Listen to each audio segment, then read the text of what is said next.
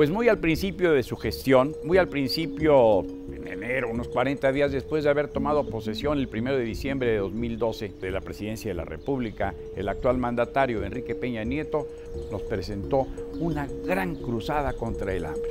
Eligió Chiapas, estado que teniendo tanta agua, de donde llega toda la electricidad o gran parte de esas aguas bravas, esas aguas ricas, esa naturaleza pródiga, como la llamó Agustín Yáñez en su libro justamente llamado La Tierra Pródiga. Bueno, pues así viene la luz que nos envían desde Chicoacén, las grandes presas que hay allá en Chiapas y que sin embargo sufre tremendo atraso, desnutrición, marginación, explotación, olvido.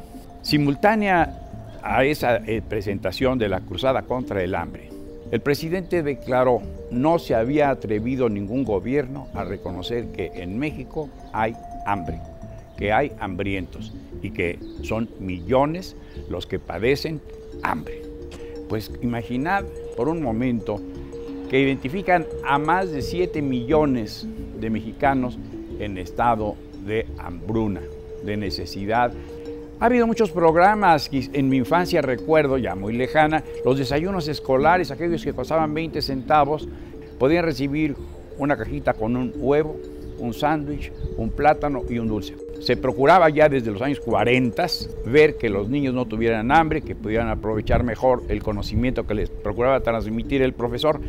La cruzada contra el hambre se emprende con todo, pero involucra no solamente el alimento, no solamente crear miles y miles a través de la Sedesol de comedores comunitarios. El ejército mexicano se aplicó a educar, a formar a las mujeres que debían saber cómo manejar la cocina, cómo hacer un menú comunitario, qué alimentar, cómo elegir, además, qué es lo sustancioso, qué es lo nutritivo, qué necesitan los niños, las mujeres que van a tener otro niño, los adultos muy mayores y muy necesitados. Entonces el ejército mexicano fue por legiones y se instalaron grandes cocinas y van y comen. 7,5 millones fue la meta que propuso este régimen, ya están 4 millones que están yendo a comer. Pero no es solo eso, este programa va acompañado con el Ahora Prospera, que es ayudar a que tengan una casa, un crédito, proyectos productivos. Hoy aquí podemos hacer una lavandería, dicen las mujeres que se organizan muy bien. Las mujeres son algo excepcional, son maravillosas, son ingeniosas, son trabajadoras. Ellas sí, al dar la vida, también la defienden. Ellas sí, al tener hijos, hacen todo porque su hijo se supere, porque su hijo crezca, porque su hijo viva. Las mujeres tienen palabra, se organizan, tienen fama de luchonas, de constantes, de leales. Cruzada contra el hambre. Elija lo que comer. Cuidemos el dinero, cuidemos la salud y en esta cruzada contra el hambre también procuremos no desperdiciar. Es terrible tirar la comida, lo mismo que desperdiciar el agua. Está en sus manos, y aquí se discute, su salud, su bienestar y el hambre de muchos mexicanos. Reyes Razo, servidor, nos vemos la próxima.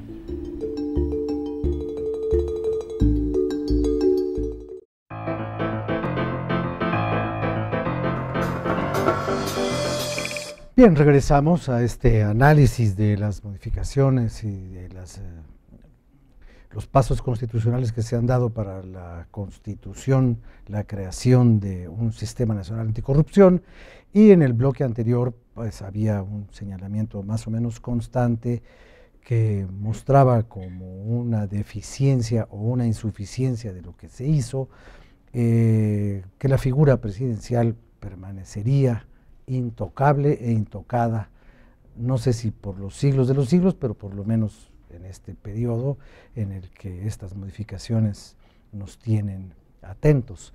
Y bueno, tratándose de que el presidente pertenece a su partido, yo le pregunto a Guadalupe Vargas si está de acuerdo con estos señalamientos que muestran como la principal deficiencia de los cambios legales, que la figura presidencial permanece en el Olimpo, o no en el Olimpo, ¿verdad? Pero a un lado de los demás ciudadanos.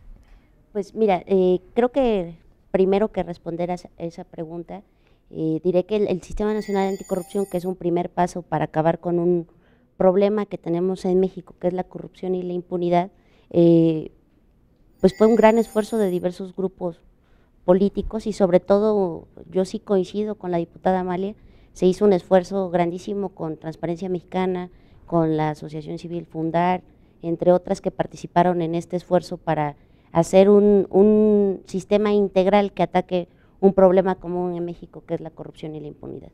Difiero de lo que aquí se ha planteado y es por una sencilla razón: el presidente de la República no asigna de manera directa esos recursos y nosotros por eso consideramos que el presidente de la República no debe entrar como asignador de recursos. Por supuesto que en la ley existe otros temas como que están incluidos en la Constitución, que son delitos graves y que por eso pudiera, o traición a la patria, que pudieran ser delitos por los que se pueda perseguir al presidente. Sin embargo, yo insistiré, hay secretarías y dependencias que tienen a su cargo la asignación de los recursos y es por eso que son ellas las encargadas de transparentar y hacer lo propio con esos recursos. Y con esto, pues bueno, también decir que sí es integral el sistema, en el sentido que se tomó en cuenta también no solamente los órganos internos de control y su falta de independencia en el sistema anterior, sino ahora que dependan de la Secretaría de la Función Pública con una ratificación del Senado, pues esto le da un poco más de autonomía a la propia Secretaría de la Función Pública, independiente del trabajo que estará haciendo la Auditoría Superior de la Federación, este nuevo Tribunal de Justicia Administrativa y la Fiscalía Especializada en este tipo de delitos. Yo creo que en ese sentido es un tema integral que busca darle desde diferentes perspectivas una solución a un conflicto que no se va a acabar con esta ley, pero sí estamos dando un primer paso para prevenir, erradicar y tal vez hasta sancionar en tiempo real el desvío de recursos públicos. Muchas gracias. Diputada Zabaleta, ¿usted cómo analiza lo que finalmente ustedes hicieron y qué tendrán que hacer quienes vengan después para perfeccionar o profundizar en este trabajo legislativo?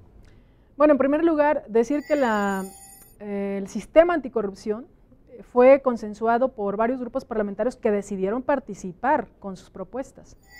Estas propuestas fueron constituidas por 5 partidos políticos y fueron consensuadas con la sociedad civil, que decidió participar, tanto que lo escucharan en el Senado de la República como aquí en la Cámara de Diputados. Primer lugar. Segundo lugar, la iniciativa surge a partir del Ejecutivo Federal, precisamente del titular, del presidente de la República. En el mes de mayo, hace 2 años, presentó la propuesta que fue firmada por 4 partidos políticos y tanto esa iniciativa que se firmó por el presidente como las iniciativas que firmaron los partidos políticos y presentaron aquí en la Cámara no contemplaban la sanción directa al presidente de la República. Después, cuando estuvimos en la discusión, algunos compañeros presentaron iniciativas para poder sancionar al presidente de la República, pero ya era dentro del contexto de la discusión y de las reservas particulares. No quiero decir con esto que no se deba de sancionar al presidente de la República si hace un acto indebido. Creo que está en la Constitución muy establecido la responsabilidad de los servidores públicos y contemplando también al presidente de la República. Por otro lado, también, si queremos ver los faltantes, a lo mejor nos hace falta contemplar la posibilidad de incluir al Poder Judicial, que no está incluido tampoco, igual que el Poder Ejecutivo, o sea, no están incluidos en la cuestión de las sanciones, ¿no?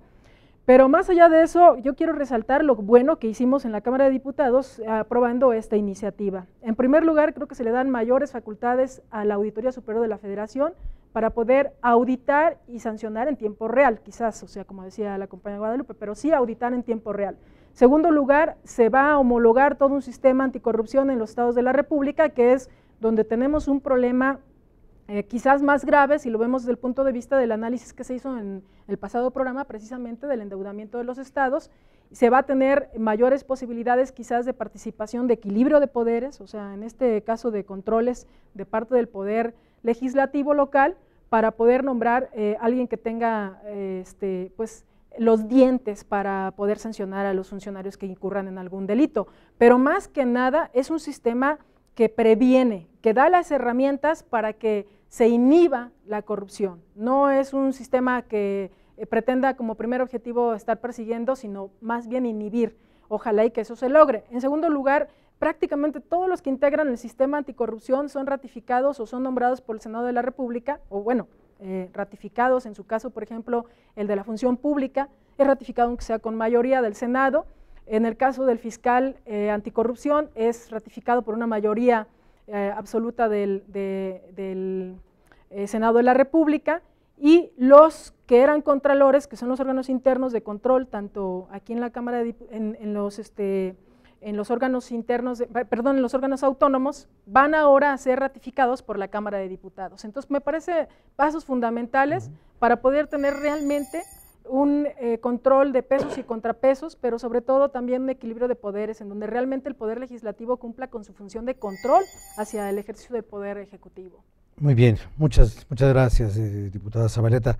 Diputado González Roldán, esta cosa de las autonomías es algo que no queda absolutamente claro. O sea, ¿hasta qué punto son tan autónomos estos órganos de control?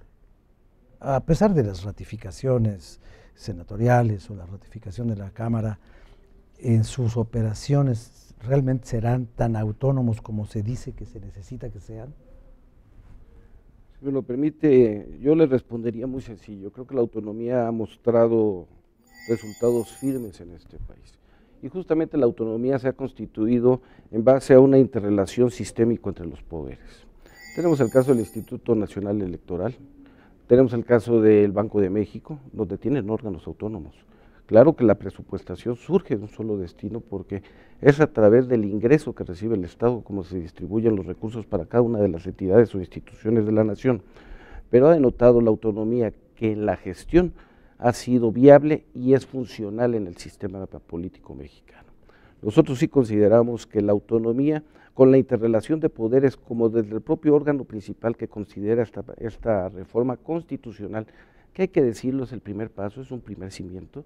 Falta la ley general, falta una serie de actos jurídicos para robustecer un problema que nos lacera a todos. La corrupción surge generalmente entre personas que tienen la intención de desviar algún recurso público o obtener una ganancia ilícita en beneficio de ellos mismos. ¿Cuál ha sido el problema central de México con relación a este tema? Que sí lacera socialmente por los efectos de transversalidad que tiene. El efecto real es la impunidad. Si este Sistema Nacional Anticorrupción, como ha sido constituido por consenso entre más de las fuerzas políticas representadas en este Congreso, logra establecer fehacientemente un combate directo como legislación ante la impunidad, ante la falta de sanción y ante la expeditez de los procedimientos administrativos que se llevan, habremos dado un gran paso con relación a erradicar un ámbito que, reitero, nos lacera a todos.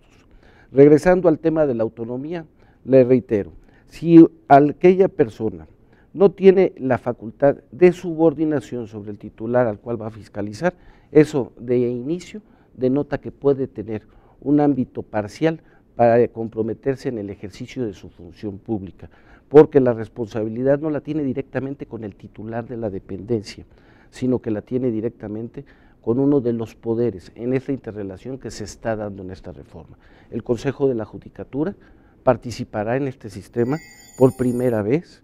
El Congreso de la Unión está representado en designaciones, Cámara de Senadores en algunos casos, Cámara de Diputados en los contralores de los órganos constitucionales autónomos y el propio Poder Ejecutivo, que es donde se establece la mayor carga de aplicación de derecho con relación a este Sistema Nacional de Anticorrupción. Muy bien, bueno, pues vamos a pasar al siguiente bloque. Volvemos a seguir deshilvanando todo esto, a ver qué es lo que hay en el fondo, qué es lo que se puede esperar de todas estas modificaciones legales, de este, como le dijo usted hace un rato, diputado, incipiente con C, porque también existe incipiente con S. Esperemos que sea incipiente nada más con C, Sistema Nacional Anticorrupción. Regresamos.